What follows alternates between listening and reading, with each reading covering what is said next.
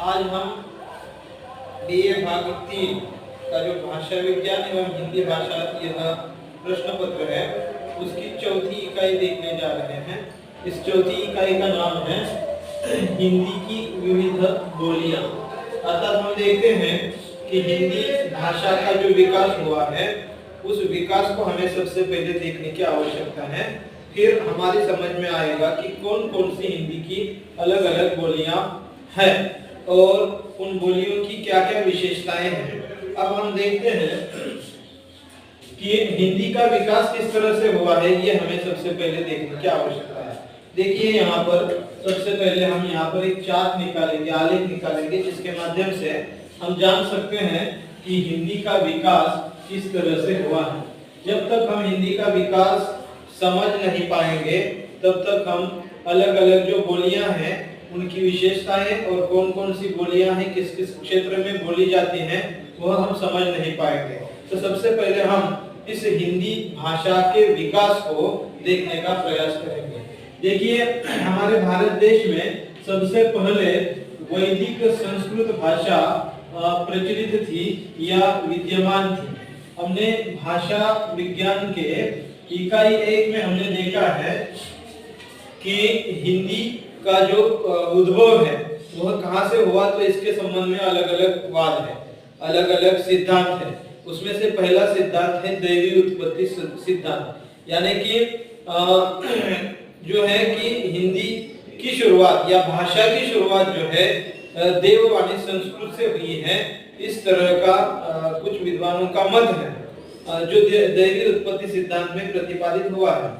अलग अलग जो धार्मिक संप्रदाय हैं उन्होंने अलग अलग भाषा को पहली भाषा कहने का प्रयास किया है। हम देखते हैं यहाँ पे अगर हिंदी की बात करेंगे तो सबकी जननी जो 22 भाषाएं हैं हमारी, उन सब की जननी वैदिक संस्कृत मानी जाती है।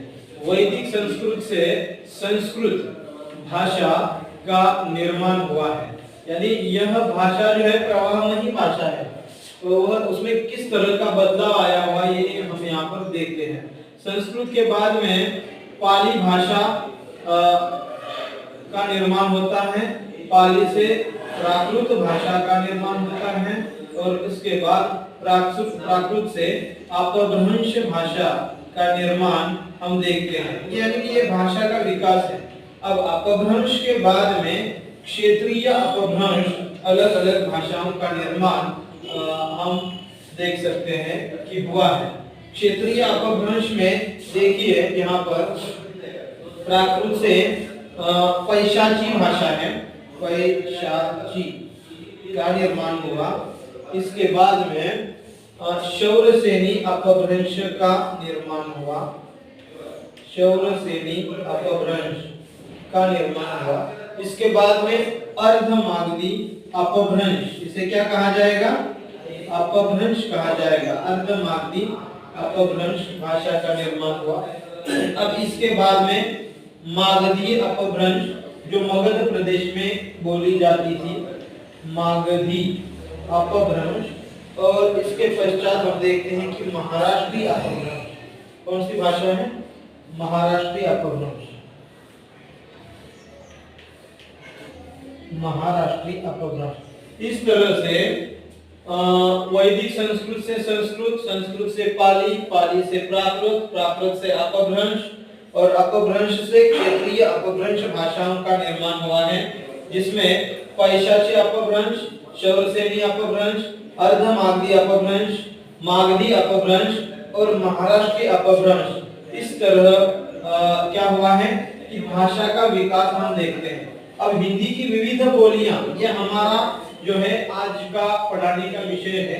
हिंदी की विविध बोलियां कौन कौन सी हैं, तो हम देखते हैं, हमने यहाँ पर देखा, देखिए कि एक है शौरसेनी अपभ्रंश, कौन सी है, शौरसेनी अपभ्रंश। फिर दूसरी भाषा जो यहाँ पर हमने लिखी थी, बराबर है ना, यहाँ पर लिखी थी शौरसेनी अपभ्रंश के बाद पैशाची अपभ्रंश, पैशाची अपभ्रंश। फिर तीसरी भाषा है ब्राचड़ अपभ्रंश, ब्राचड़ अपभ्रंश। चौथी है खस अपभ्रंश, खस अपभ्रंश। इसके बाद है महाराष्ट्री अपभ्रंश, महाराष्ट्री अपभ्रंश। इसके बाद है अर्धमागधी अपभ्रंश, अर्धमागधी अपभ्रंश। और इसके पश्चात जो है मागधी अपभ्रंश, मागधी अपभ्रंश। यानी कि जो विकास है, जो अपभ्रंश भाषाएं हैं, शौरसेनी अपभ्रंश, पैशाची अपभ्रंश, ब्राचड़ अपभ्रंश, खस अपभ्रंश, महाराष्ट्री अपभ्रंश, मागधी अर्धमागधी अपभ्रंश और मागधी अपभ्रंश। अब इनसे विकसित जो आर्य भाषाएं हैं वो हमें जानना आवश्यक है। फिर इसके बाद में ये जो आर्य भाषाएं हैं, इन आर्य भाषाओं की अलग अलग बोलियां हैं, अलग अलग बोलियां हैं। इसके पहले मैंने बताया आपको कि बोली और भाषा में क्या अंतर होता है। भाषा जो होती है वह विस्तृत क्षेत्र में बोली जाती है और बोली जो होती है वह सीमित क्षेत्र में बोली जाती है। अलग अलग जन समुदायों की अलग अलग बोलियां होती हैं, लेकिन संपूर्ण देश में या संपूर्ण विश्व में जो जो भाषाएं प्रमुख तौर से बोली जाती हैं, समझी जाती हैं, लिखी जाती हैं, जिनके बोलने वालों की तादाद ज्यादा है, जिनका साहित्य समृद्ध है, वह भाषाएं होती हैं। और बोलियों में भी साहित्य होता है, लेकिन वह सीमित क्षेत्र यानी मर्यादित क्षेत्र का साहित्य होता है। अब देखिए, शौरसेनी अपभ्रंश से पश्चिमी हिंदी, पश्चिमी हिंदी, राजस्थानी, राजस्थानी, पश्चिमी हिंदी, राजस्थानी और गुजराती, ये भाषाएं इनका विकास हुआ है। शौरसेनी अपभ्रंश से कौन कौन सी भाषाएं? पश्चिमी हिंदी, राजस्थानी और गुजराती।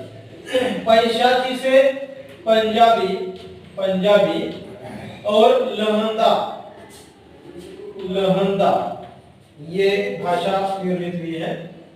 फिर इसके बाद में ब्राचड़ अपभ्रंश से सिंधी, ब्राचड़ अपभ्रंश से सिंधी और खस अपभ्रंश से पहाड़ी, खस अपभ्रंश से पहाड़ी का निर्माण हुआ है। महाराष्ट्री अपभ्रंश से मराठी भाषा निर्मित हुई है। अर्धमागधी अपभ्रंश से, अर्धमागधी अपभ्रंश से पूर्वी हिंदी, पूर्वी हिंदी और मागधी से, देखिए मागधी से बिहारी, बिहारी, उड़िया, उड़िया उड़ीसा की भाषा है। फिर बंगला, बंगाल की भाषा है। और असमिया आसाम में बोली जाती है। इस तरह से इन अपभ्रंश भाषाओं से ये भाषाएं निर्मित हुई है। देखिए, शौरसेनी से पश्चिमी हिंदी, राजस्थानी, गुजराती, पैशाची अपभ्रंश से पंजाबी और लहंदा, और इसके बाद ब्राचड़ अपभ्रंश से सिंधी, खस अपभ्रंश से पहाड़ी, महाराष्ट्री अपभ्रंश से मराठी, अर्धमागधी अपभ्रंश से पूर्वी हिंदी और मागधी अपभ्रंश से बिहारी, उड़िया, बंगला और असमिया। इस तरह से हम देखते हैं कि हिंदी की जो 22 भाषाएं हैं, संविधान की ओर से जो मान्यता प्राप्त 22 भाषाएं हैं, ये इन्हीं भाषाओं से आगे चल करके विकसित हो चुकी हैं। अब वह किस तरह से विकसित हो चुकी है या कौन कौन सी भाषाएं हैं, वह हम अगले तासिका में देखने का प्रयास करेंगे।